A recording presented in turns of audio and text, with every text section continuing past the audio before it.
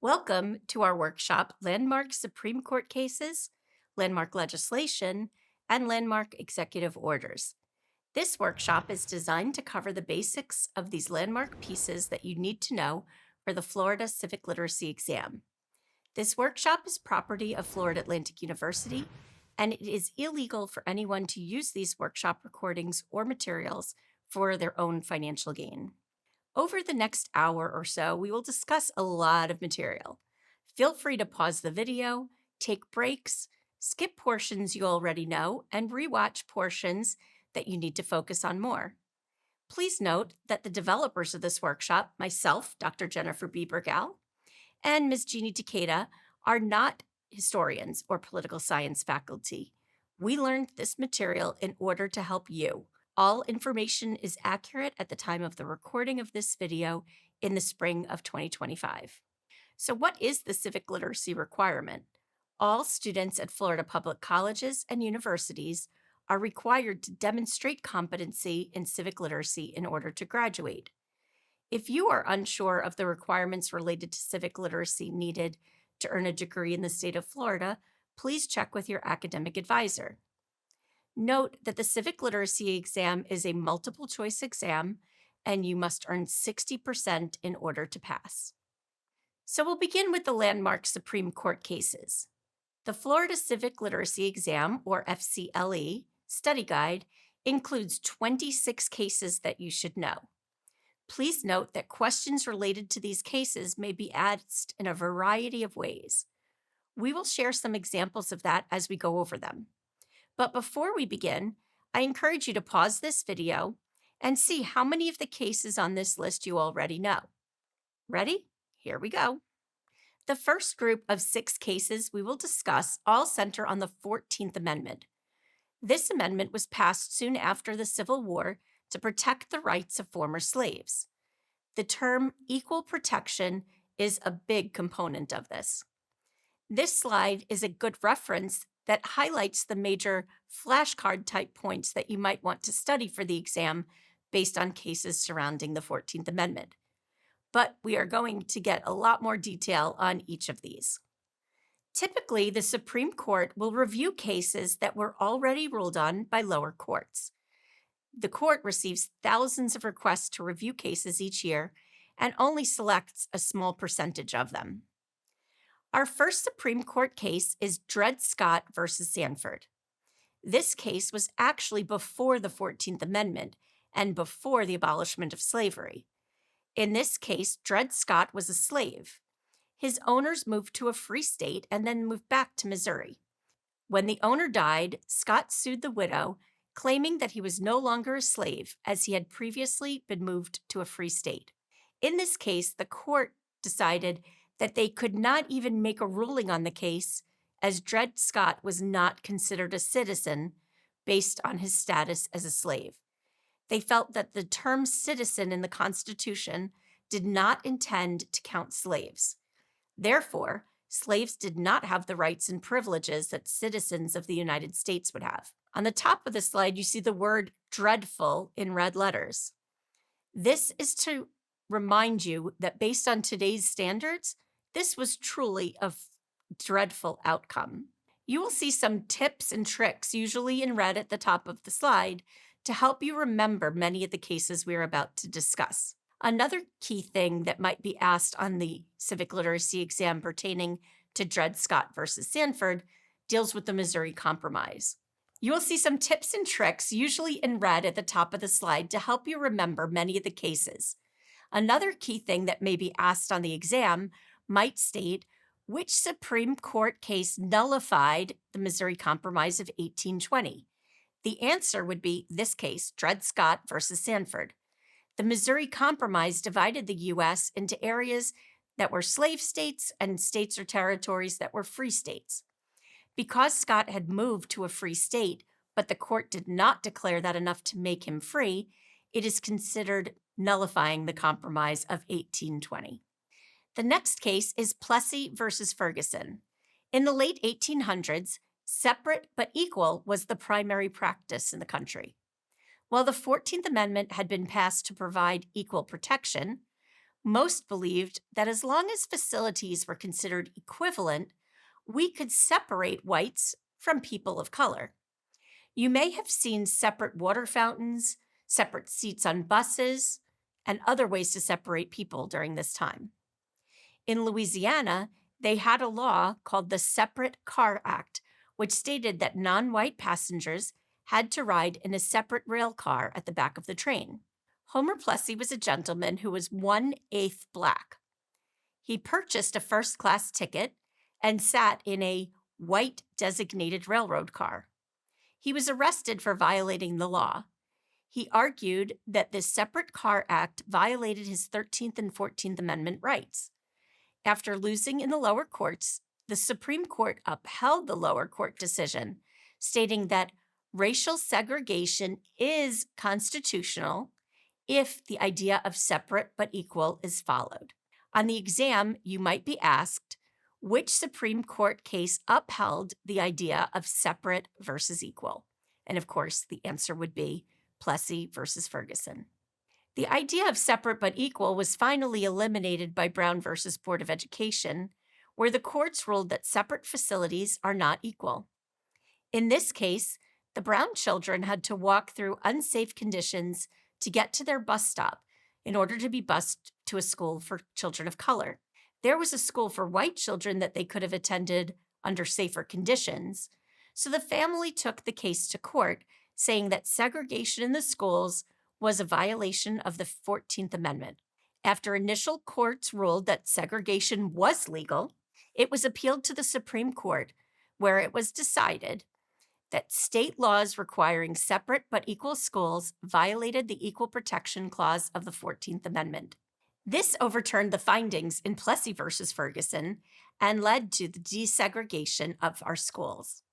Again, the exam might ask a question about which case stated separate but equal is not equal or nullified the idea of separate but equal, and of course that answer would be Brown versus Board of Education. In the 1970s, many schools would consider race as a factor in admission, trying to create more equitable opportunities for those who had been previously disadvantaged. In the case of the Regents of the University of California versus Bakke, Alan Bakke was a white male who applied for admissions to the University of California Davis Medical School. Bakke was denied admissions and claimed that he had higher test scores and higher grades than students of color who were accepted. He sued, alleging that this exclusion based on his race violated his rights to equal protection. The Supreme Court agreed and stated that the rigid use of racial quotas in admissions was unconstitutional. However, the court also established that it is allowable to use race as one of many criteria being considered in admissions and also in applications for employment. It cannot be the sole factor, but if there are several factors being considered, it can be one of them. This case and the issue of race in admissions is still being tested by the courts over the past few years. So while this case is about education, you might be asked which case stated that racial quotas were not allowed in hiring, and that is still the Bakke case. Many of you may have heard of the case Roe versus Wade and associate it with abortion, and you are correct. This case, which was overturned in 2022, looked at several factors, including, is prohibiting a woman from having an abortion a violation of their liberties and fundamental rights to privacy that are provided through the 14th Amendment? But at its core, it looks at state versus federal powers. In Roe v. Wade, the Supreme Court ruled that no state had the right to make it illegal for a woman to have a first trimester abortion. It did not tell the states what their laws about abortion could be, but it did say that they could not have laws that completely prohibited abortions at early stages. Remember, there's been a lot of concern throughout U.S. history about federal versus state rights. This case said that while the state had the right to set the laws regarding This case said that while the state had the right to set the laws regarding abortion, it violated the woman's rights to completely eliminate abortion. As the case was overturned in 2022, The ruling simply said is that there is no constitutional right to an abortion and that each state should decide rules related to abortion on their own. It is not a decision for the federal government. Of course, without federal protection, states can choose to eliminate abortion completely, as many have or are doing currently. This is a case of both equal protection and state rights. Our final case that is focused primarily on the 14th Amendment is the case of Bush versus Gore. This case occurred during the 2000 presidential election. On the evening of the election, it was clear that the race for president was extremely close. In fact, whoever won the votes in the state of Florida would win the presidency. The vote in Florida was too close to call. When Bush was reported to have won Florida by under 2,000 votes, imagine the presidency being decided by less than 2,000 votes out of over 100 million votes. There was a law that requires a recount when the voting margin is less than 0.5%, and that rule went into effect. So the process began across the state to recount votes. Each county was using a different process and different standards. Bush filed a lawsuit. As this dealt with a presidential election, it went immediately to the Supreme Court rather than being decided at a lower court first. The court agreed that using different standards to count votes was a violation of the Equal Protection Clause of the 14th Amendment. Remember, each vote counts. If they're counting my vote differently than they're counting your vote, it violates equal protection. This led to new counts and a drawn-out election before Bush was finally declared the victor. Feel free to pause the video and make sure you are comfortable with the first 6 cases on equal protection. How do you think questions about these cases may be asked on the exam? Are you ready to answer them? When you are ready, restart the video and we will move on.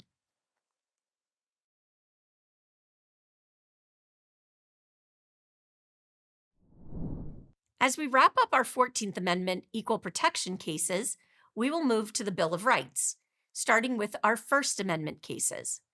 There are 8 cases, 2 in each of the categories that represent the freedom of expression in the First Amendment. There are 2 freedom of speech cases, 2 symbolic speech cases, 2 freedom of religion or exercise clause of the Bill of Rights, and 2 that are focused on freedom of the press. So let's delve into them. The first First Amendment case is Citizens United versus the Federal Election Commission, or FEC. This case found that the freedom of speech clause of the First Amendment prohibits the government from restricting expenditures for political campaigns by corporations. It declares that political spending is protected speech, whether it is from an individual, a group, or a corporation. In this case, attempts had been made to stop the airing of a film that was critical of a presidential candidate, Hillary Rodham Clinton. Based on how the film was funded, the courts ruled that funding from corporations and unions can be used for political speech, including advertisements or films, or for or against particular candidates or causes. While Citizens United dealt with free speech for organizations, Schenck versus the United States look at limitations of free speech by individuals. In this case, Schenck was distributing leaflets urging the public to disobey the World War I draft with peaceful action. By not joining the military, Schenck was saying no rank in the military, that is.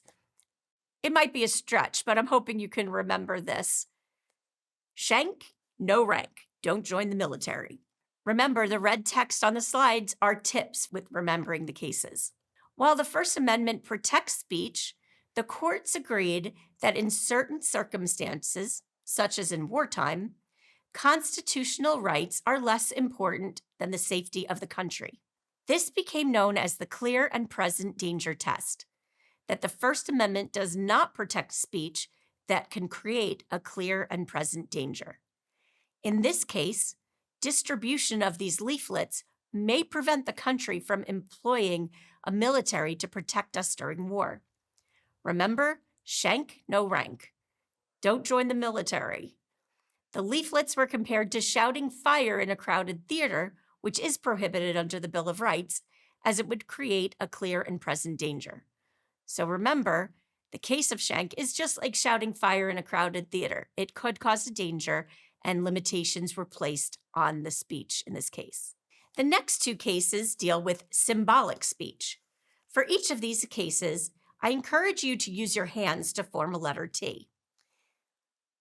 I promise you, people have said that I'm crazy for doing this, but it helps. When you're taking that civic literacy test and you see a case that begins with the letter T, make that letter T with your hands. T is a symbol for symbolic speech, as both cases that we are going to cover dealing with symbolic speech start with the letter T. Texas versus Johnson, and next we'll look at Tinker versus Des Moines. Starting with Texas versus Johnson, this case resulted from a flag burning incident during the Republican National Convention in Texas. In protest of policies of the Reagan administration, Mr. Johnson set a U.S. flag on fire in the parking lot. While no one was hurt, many were offended, and Johnson was convicted of desecrating a sacred object, which was violation of Texas law. The Supreme Court heard the case and determined that while flag burning may be offensive, it is within one's First Amendment rights to engage in this action as a form of symbolic speech.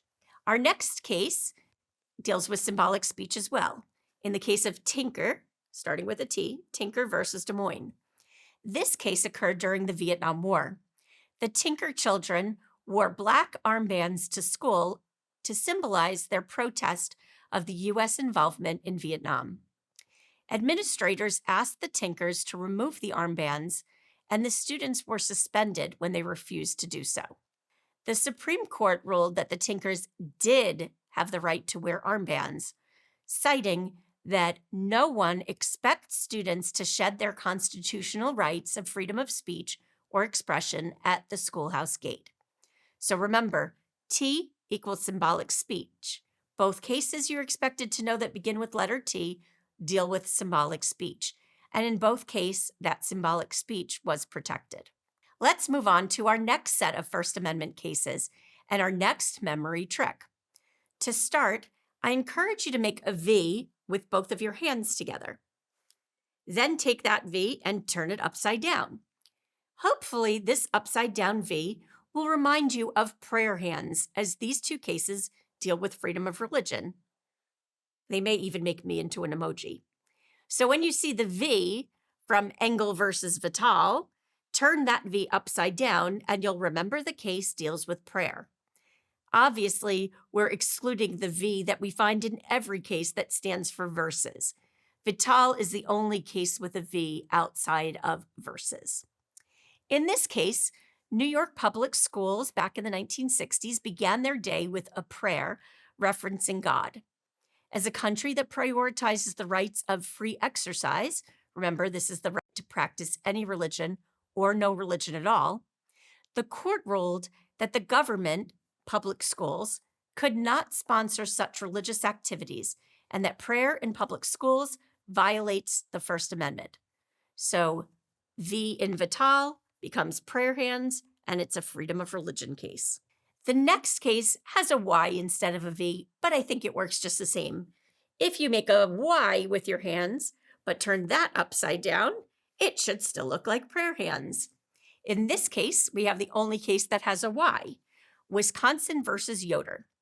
The Yoder family is part of the Amish community. They decided not to send their children to high school, citing that high school attendance was contrary to their Amish religious beliefs. The state of Wisconsin argued that Wisconsin law requires public school attendance for all children until age 16. The court found that freedom of religion outweighs the state's interest in compulsory school attendance. Religion overweighed the state. Remember, if the case has a V or a Y, it is freedom of religion or prayer. Our last two First Amendment cases deal with freedom of speech as it relates to freedom of the press. In Hazelwood versus Kohlmeyer, I tried to help you remember by thinking of two H's because it's Hazelwood High, as this case deals with a high school publication. Students at Hazelwood High were preparing to publish the school newspaper when the principal decided to edit the articles and remove some sensitive content. The students felt that this was censorship in violation of their First Amendment rights. Now remember, just a moment ago in Tinker versus Des Moines, remember, T is symbolic speech, the court stated that student constitutional rights do not end at the schoolhouse gate. However, in Hazelwood versus Kohlmeyer, the court ruled that the principal does have the right to make editorial decisions to reflect school values if there is a, quote, legitimate pedagogical concern. So here, student rights were limited to protect school values. And our final First Amendment case is the New York Times versus United States. Hopefully, you're familiar with the New York Times as a publication, so you'll remember that it has to deal with freedom of the press. Back in the late 1960s and the early 1970s, President Nixon attempted to stop major newspapers, including the New York Times here and the Washington Post, from publishing materials from a classified Defense Department study about Vietnam. The president argued that this was to protect national security. The court, however, felt that since the publication of these Pentagon papers would not cause direct or immediate issues against the safety of American troops, the First Amendment rights to freedom of the press took precedence. Feel free to pause the video and make sure you are comfortable with the 8 First Amendment cases. These 8 cases, along with the 6 14th Amendment cases, add up to 14 out of the 26 cases you need to know for the FCLE. You are more than halfway there. Great job and keep up the good work. When you're ready to move on, simply unpause your video.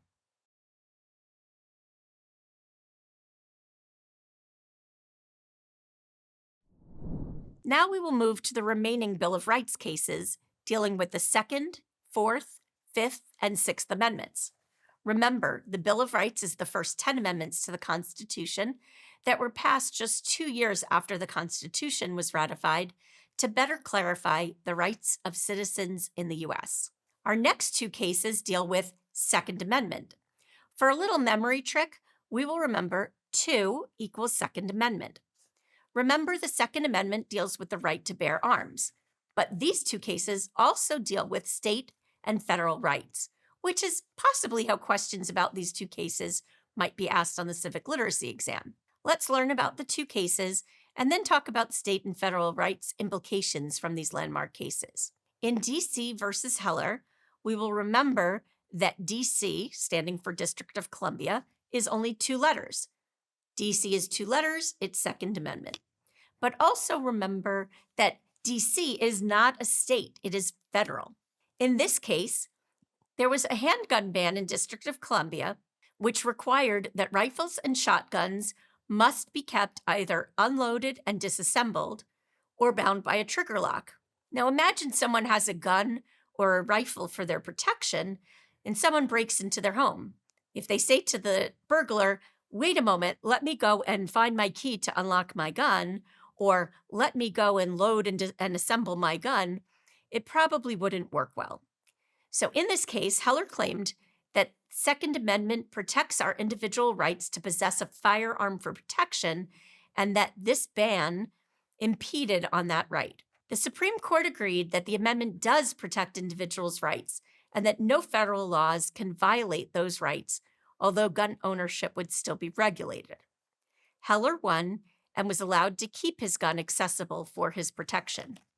We're now going to move from the 2 letters of DC to 2 letters of MC. This is just a couple of years after DC versus Heller, which found that the Second Amendment was under authority of the federal government. Now they wanted the Second Amendment to apply to the states.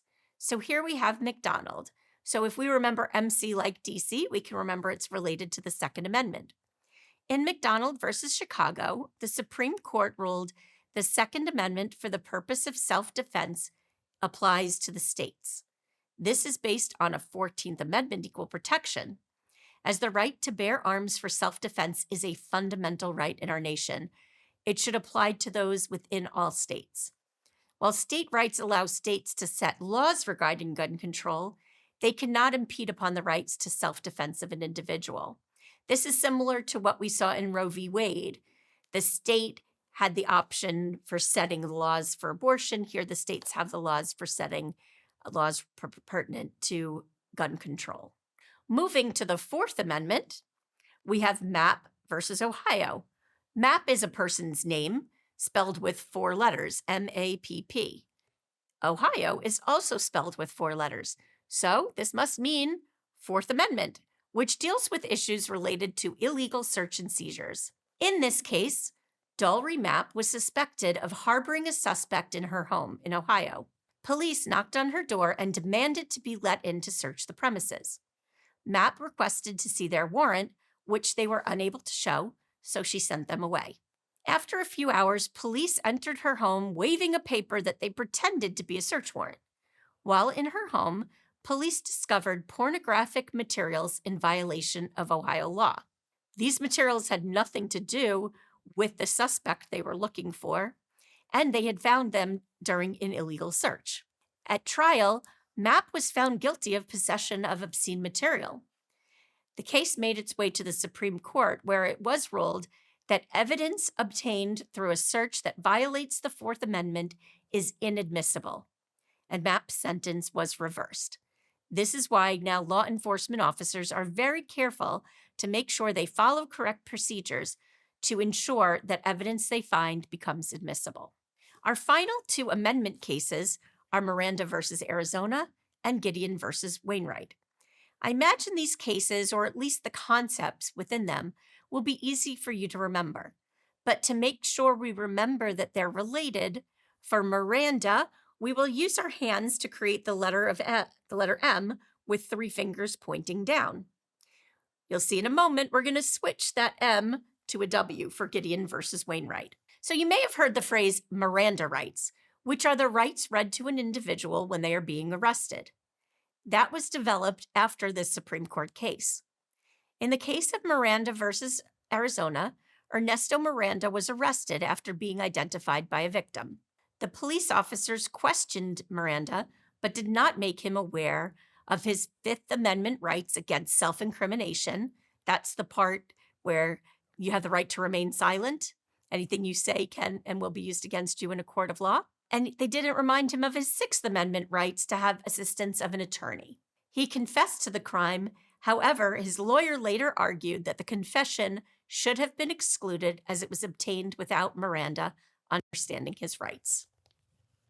So we're going to go from the M in Miranda to the W in Gideon versus Wainwright, even though the person in the case was really Gideon and it was against Wainwright.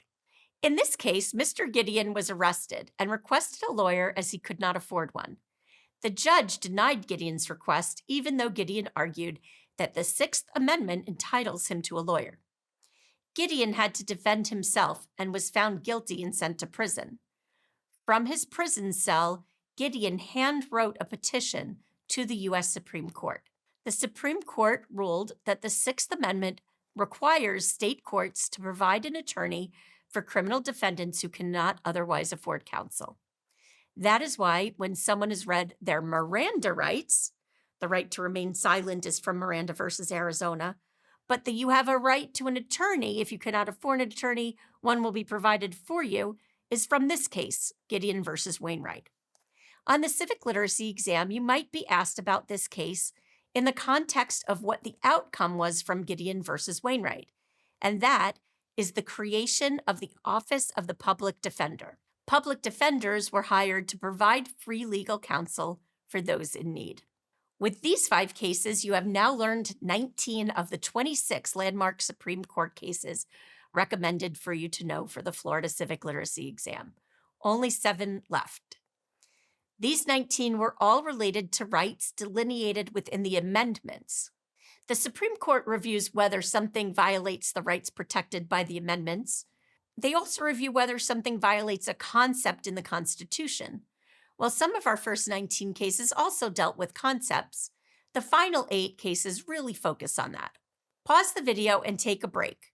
When you're ready for the final 7 Supreme Court cases, you can jump back in.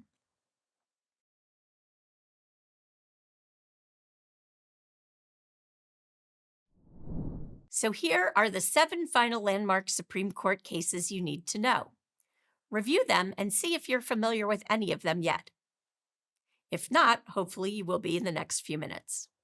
Marbury versus Madison is the oldest of our Supreme Court cases from 1802. In this case, our second president of the United States, John Adams, was ending his term as president. Thomas Jefferson from the opposing party was about to be sworn in. Before leaving office, Adams appointed a group of individuals into leadership positions. One individual, William Marbury, didn't receive the documents to become commissioned as a justice of the peace before Adams left office. Once Jefferson was sworn in, Jefferson told his Secretary of State, James Madison, to not deliver the documents needed for Marbury's appointment. Marbury sued, asking the court to require that the documents be delivered. The importance of this case is not necessarily the outcome, which did require that Marbury be provided with the documents, but it highlights 2 major concepts in the Constitution. The first is the idea of judicial review. This was the first case to demonstrate that the federal courts have authority to declare legislative and executive actions unconstitutional. It reasserted the power of the Supreme Court. The second concept is the idea that the U.S. Constitution is the supreme law of the land, known as the Supremacy Clause. It shows that the Constitution is the law, not just a bunch of political ideas. The first time that was proven is during this case, McCulloch versus Maryland. So on the exam, you may be asked, which of the following concepts was decided in Marbury versus Madison? And you should be prepared to identify a response that addresses either a judicial review, or power of the federal courts, or the Supremacy Clause, that the Constitution is the law. So we go from Marbury versus Madison, to McCulloch versus Maryland, another double M case. This case deals with the concept of implied powers, or the Necessary and Proper Clause, also known as the Elastic Clause of the Constitution. In this case, the U.S. government had started creating national banks to be able to collect taxes, borrow money, and regulate commerce. While the Constitution does not explicitly state that the U.S. government has the right to operate national banks, it is considered an implied power, a power not specifically delineated, but is implied as a means to carry out something that is explicit in the Constitution. McCulloch was an employee of the National Bank that opened in Maryland. McCulloch was expected to pay a tax on the bank to the state of Maryland, as they had passed a law that taxed any banks within the state that were created outside of Maryland. The state sued, saying that they have the power to tax businesses in their state, and the Constitution does not give Congress the power to create banks. McCulloch argued that Congress has implied powers, the ability to implement the enumerated or specifically spelled out powers of the Constitution. Even though the Constitution doesn't mention banks, it is necessary and proper in order for the U.S. government to carry out its enumerated powers. The court agreed that Maryland's taxing of the U.S. Bank was unconstitutional as it interfered with the working of federal government. You're hopefully noticing that many of these concepts have multiple ways they can be expressed. For example, when we spoke about our 2 prayer hand cases, First Amendment cases, Engel versus Vitale and Yoder, remember we spoke about freedom of religion being the same as the Free Exercise Clause. In Marbury versus Madison, we spoke about the Supremacy Clause and the Constitution as the supreme law of the land as the same idea. And in McCulloch versus Maryland, we spoke about the Necessary and Proper Clause being the same as the Elastic Clause, that the government has flexibility to do things not specifically stated if it is necessary for the government to do its work.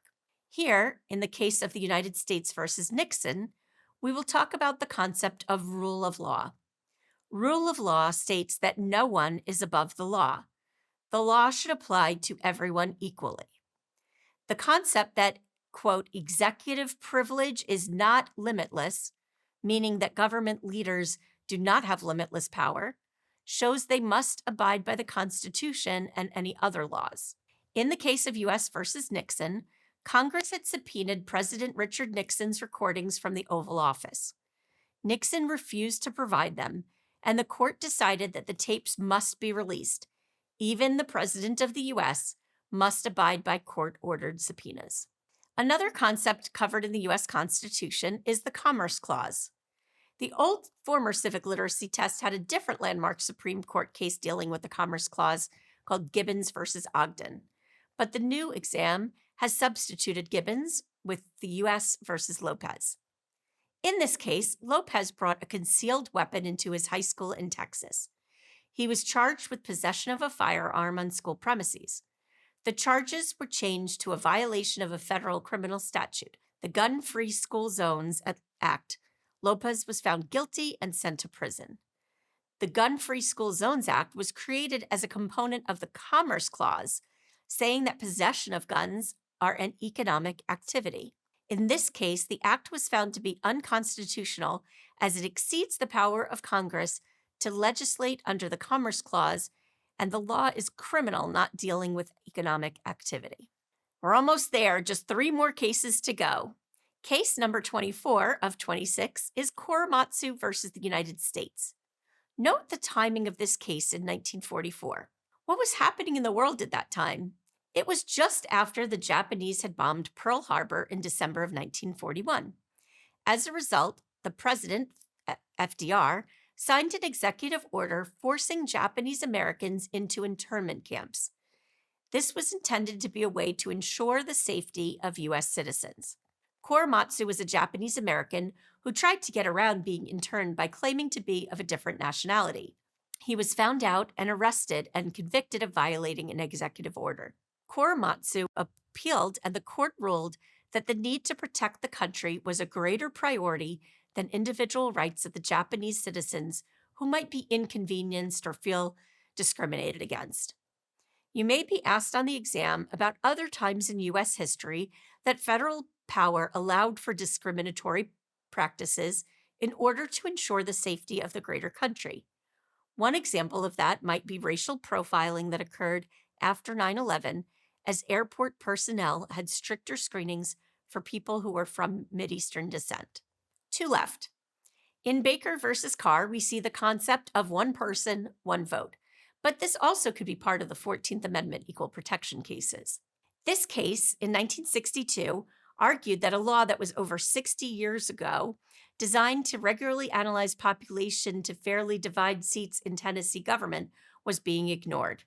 When governmental representatives were split up by districts, initially the population was sparse. Although there was significant economic growth over the next 60 years and population shifts within the state, there had been no change to how state government districts were divided. How is this related to one person, one vote? Imagine the division in 1900. Populations were small and spread throughout the state. But then the state population grew, with people populating the cities at a far greater rate than the other areas of the state. If a big city had an equal number of voting representation in state government as in a small rural area, the person in the city did not have an equal weight in their representation as someone in the rural area. Every person should be weighted equally in legislative apportionment. This case also deals with federal versus state powers. The case finding stated that federal courts can decide state reapportionment claims, again clarifying the role of federal government and relation with state rights. This led to many states having to redistrict based on population changes, giving more political power to those in urban areas than those in rural areas. And finally, we come to Shaw versus Reno, another case dealing with reapportionment.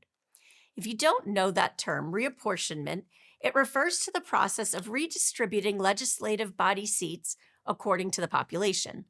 And while reapportionment of legislative seats is related to the Constitution and how the legislative bodies work, these 2 cases also look at equal protection from the 14th Amendment.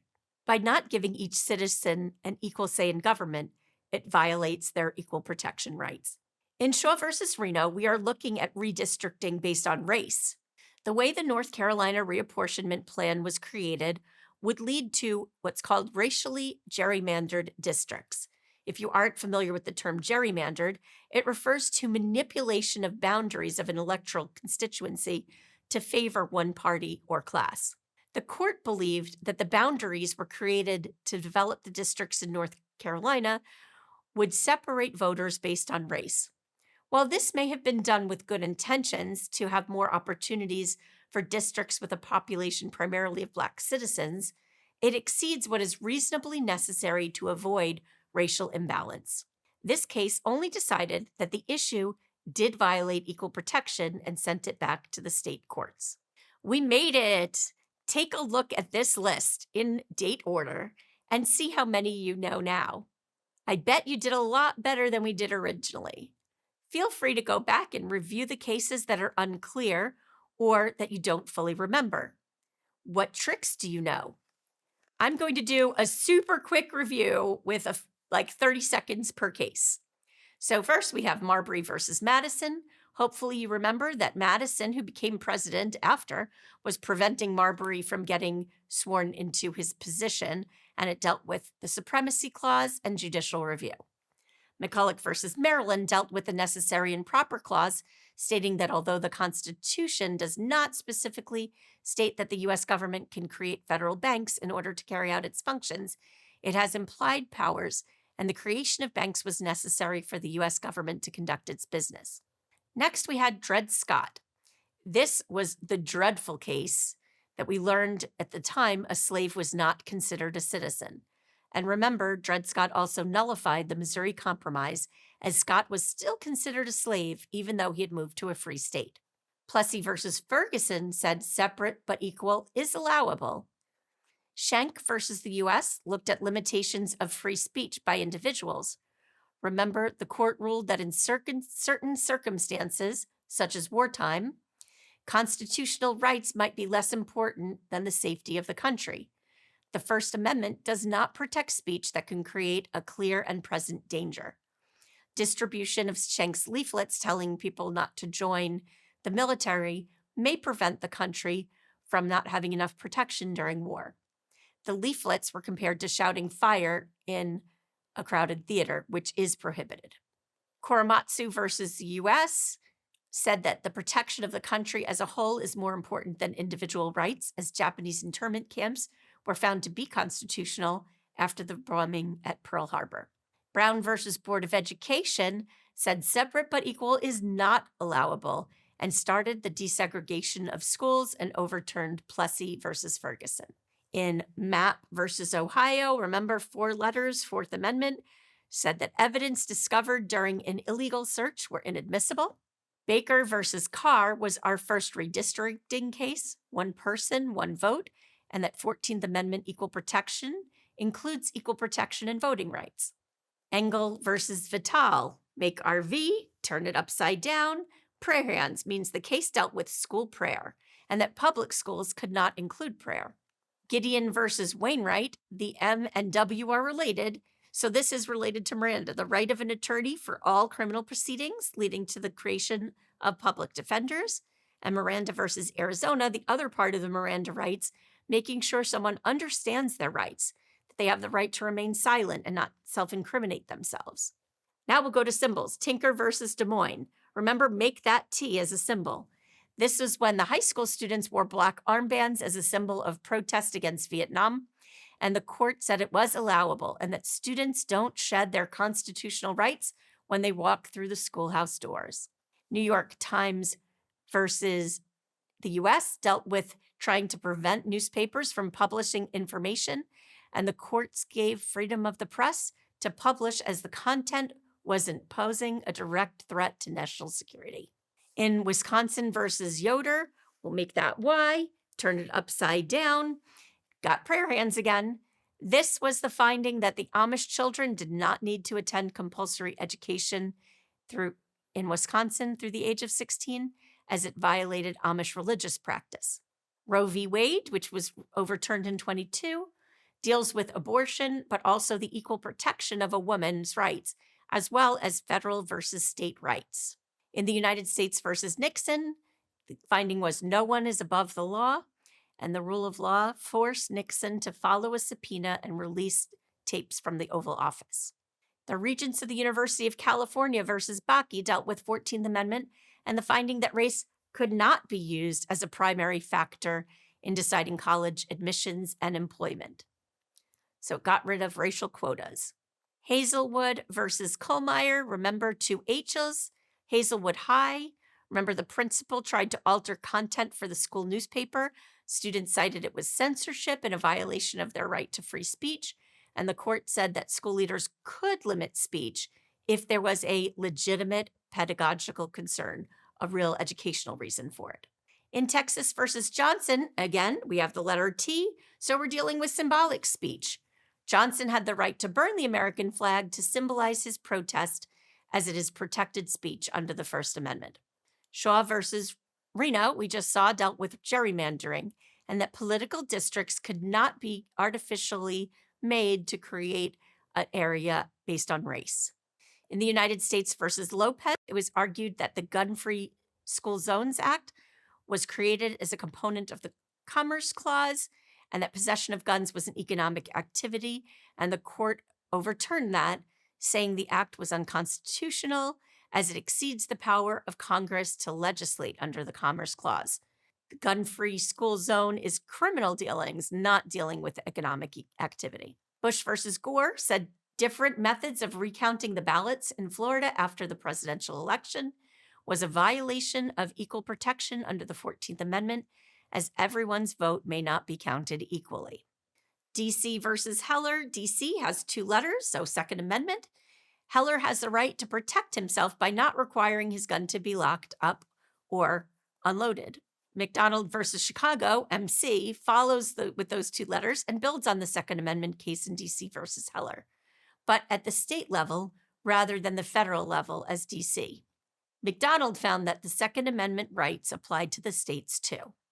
And finally, Citizens United versus the Federal Election Commission found that political spending is a form of protected speech under the First Amendment, and that the government may not keep corporations or unions from spending money to support or denounce individual candidates in elections. I encourage you to pause the video and take a break. I'm sure you want to get through this, but we covered a lot. If you don't take a break, it might be challenging for you to learn any more. In fact, you may want to review the list of cases on your own and see how many you remember, and note the ones you need to review further. Come back when you're ready. I'll be here for you.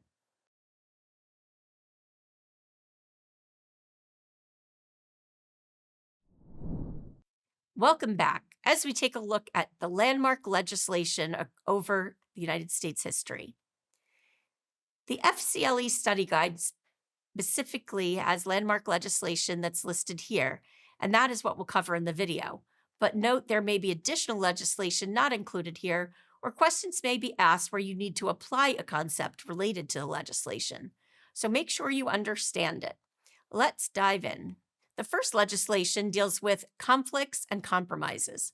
There are 2 specific ones in this video, but know the U.S. has been involved with many conflicts and compromises through its history. Remember, we already discussed in the landmark Supreme Court case how Dred Scott versus Sanford nullified the Missouri Compromise of 1820, which said states and territories north of a particular latitude would be non-slave, and those south of that latitude would be slave states.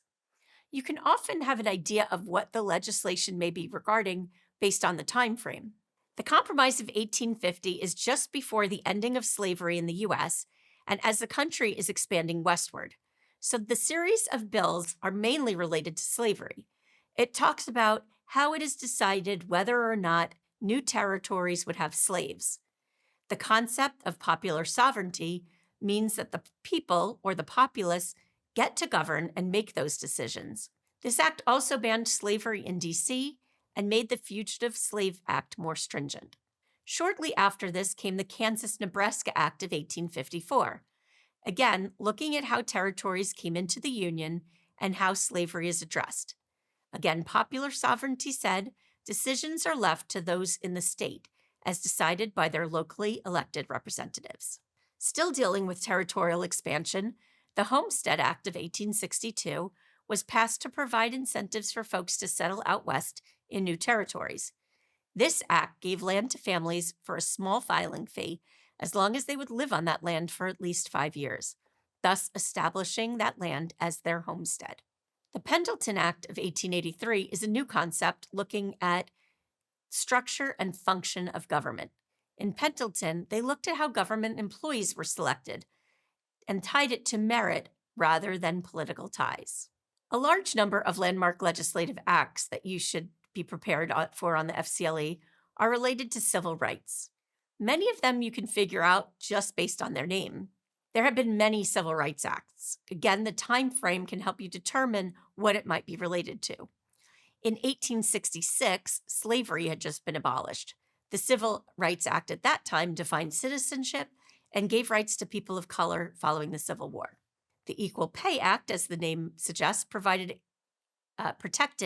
against wage discrimination based on one's sex. Another Civil Rights Act was passed in 1964.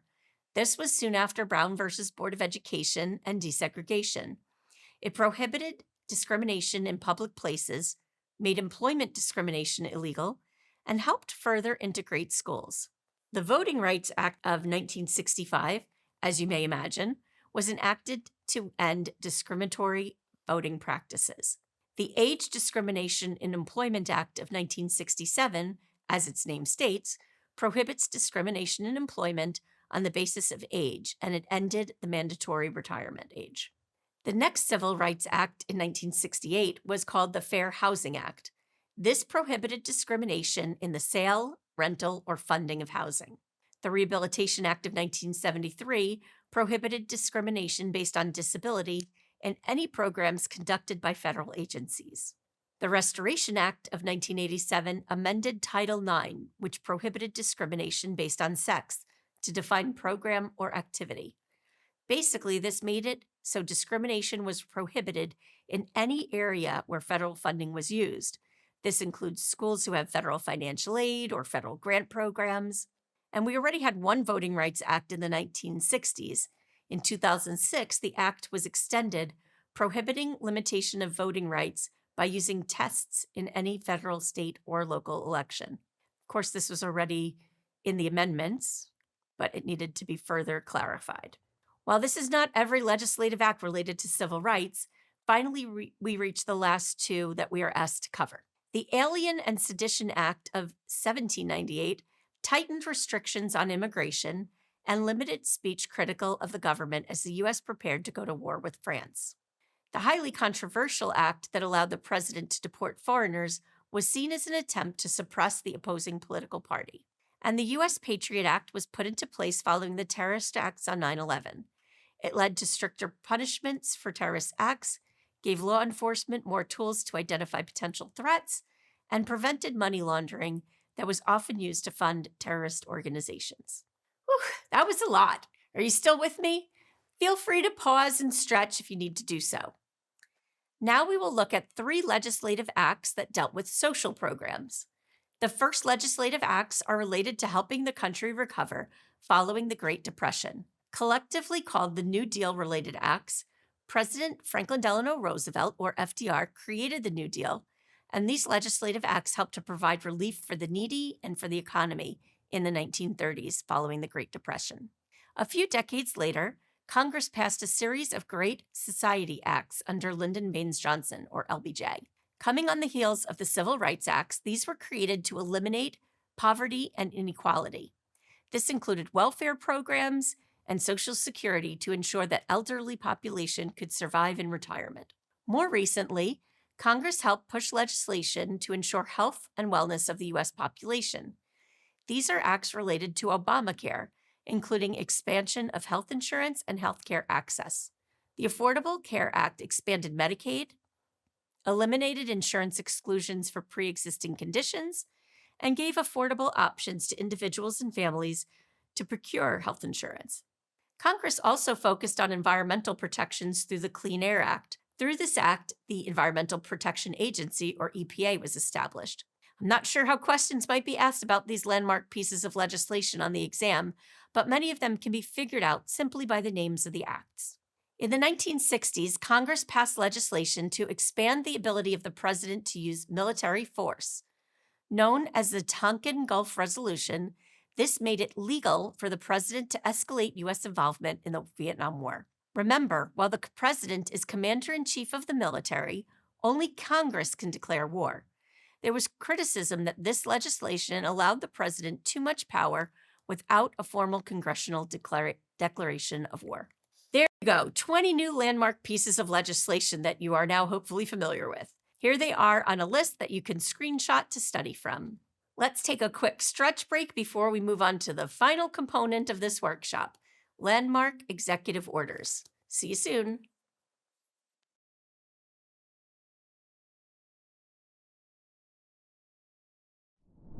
Welcome back. I hope you really took a break before we dive into these final dozen acts or concepts. We started with landmark Supreme Court decisions from the judicial branch.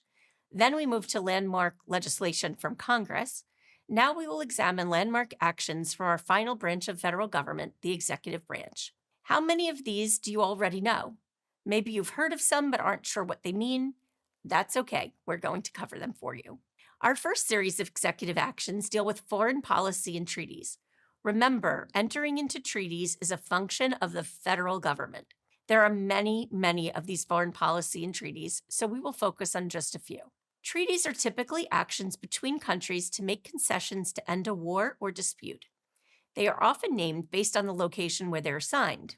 This is typically a neutral site between two countries, so the name may not help you determine what the treaty dealt with, but sometimes the date might help. The first is the Treaty of Paris in 1783. What do you know that was happening in around 1783? The colonists were fighting the British for independence, right? So the treaty put an end to the Revolutionary War as Great Britain gave formal recognition that its former colonies were now a new and independent nation. The Treaty of Guadalupe Hidalgo may be less familiar, but hopefully you'll realize that this sounds somewhat Spanish, so you know it has to do with some Spanish-speaking countries. And yes, this ended the war between the U.S. and Mexico in the 1800s, ending with giving control of Texas, New Mexico, and California to the U.S. for an agreed-upon $15 million sum. It also established the border between Texas and Mexico on the Rio Grande River. Don't confuse this with the Louisiana Purchase, where the U.S. purchased land from France, also for $15 million. In 1898, another Treaty of Paris helped end the Spanish-American War as Spain lost control of many of its overseas holdings. As the U.S. gained land in areas such as Puerto Rico, Guam, and Hawaii, the world recognized the U.S. as a global power. Many of you may have heard of the Treaty of Versailles, which ended World War I. Many of these treaties were signed in France. We already saw two treaties of Paris that ended the Revolutionary and Spanish-American Wars. In 1947, there was another Treaty of Paris. What was happening in that time frame? World War II had come to an end, and the treaty helped establish peace in Europe. Soon after, the Geneva Convention was held to establish rules to protect civilians during times of war.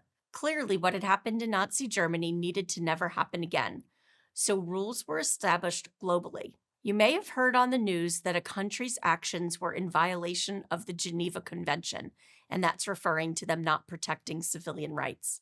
In the 1960s, fears of a nuclear war between the United States and Russia grew.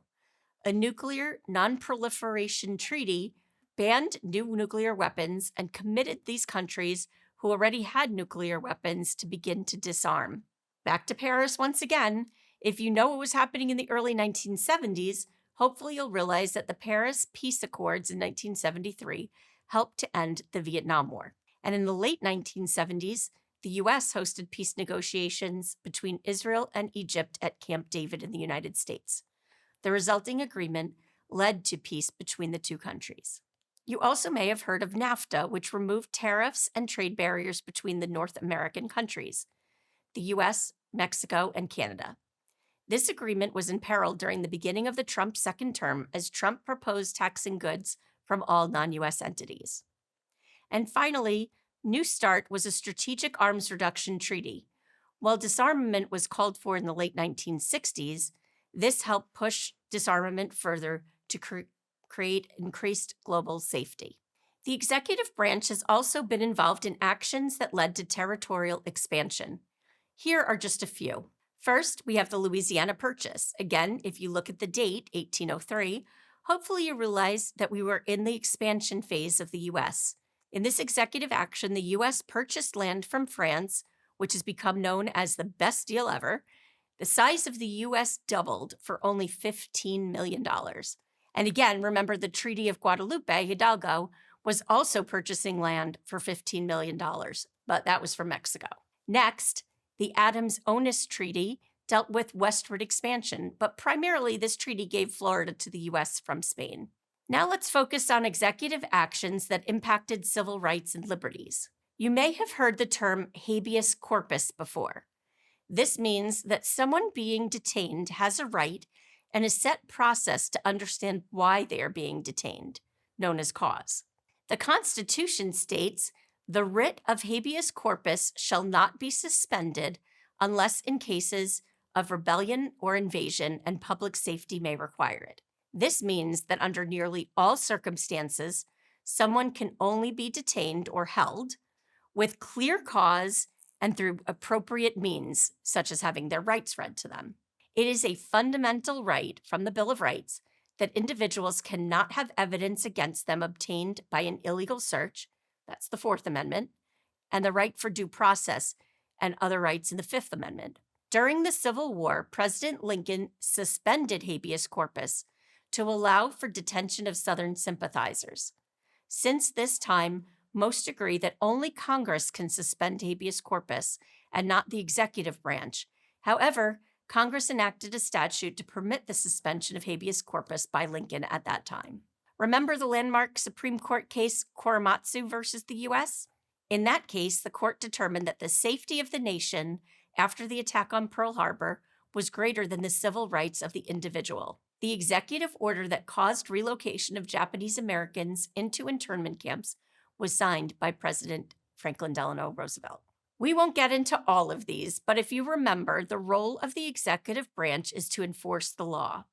Often, after landmark Supreme Court cases or landmark legislation, the office of the president has passed executive orders to support enforcement of things related to equal protection, due process, individual rights, and discrimination.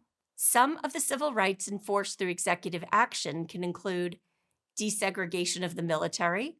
Although many Black citizens served in the U.S. military during World War II, they faced unequal treatment. President Truman signed an executive order to support equal treatment of all in the military. I remember in the Regents of the University of California versus Bakke, a white male was denied admission while others with lower academic profiles were admitted. While fairness in hiring and admissions is essential, an executive order was signed to ensure equal opportunity in admissions and employment. Many executive orders have been signed to strengthen non-discrimination clauses in legislative and judicial orders. Remember, Congress is the only branch of the government with the power to declare war. Presidential war powers allow the president to take military action, but they must notify Congress within 48 hours. Of course, this can be a slippery slope. While Congress may not intend to declare war, the president might take military action that will lead us into war. The very final concept we will focus on is called the presidential bully pulpit. The presidential bully pulpit is a platform that leaders can take to directly communicate with their constituents and influence public opinion. In earlier times, before social media and television, presidents addressed the nation but did not have a wide reach like they have today. Lincoln used his pulpit to address the nation after the Civil War to bring peace between the North and South. His ideas were then shared across the country through newspapers. The idea of a bully pulpit was greatly expanded in the 20th century as FDR spoke directly to the American people through his radio fireside chats. And as technology has grown, access to communicating with the people directly has become easier. With social media, a president's voice is immediately able to be shared with the people. This workshop covered a tremendous amount of information. Some of you may have already been familiar with much of this content before the workshop, and this was simply a review. I hope it has helped. For some of you, much of this content might be new. If this is where you are, you may want to rewatch components of this video until you feel best prepared for the Florida Civic Literacy exam. Remember, the exam is multiple choice, so use your test-taking skills. Eliminate answers you know are incorrect, and use your critical thinking and analytical skills. With effort, you can do this. Good luck.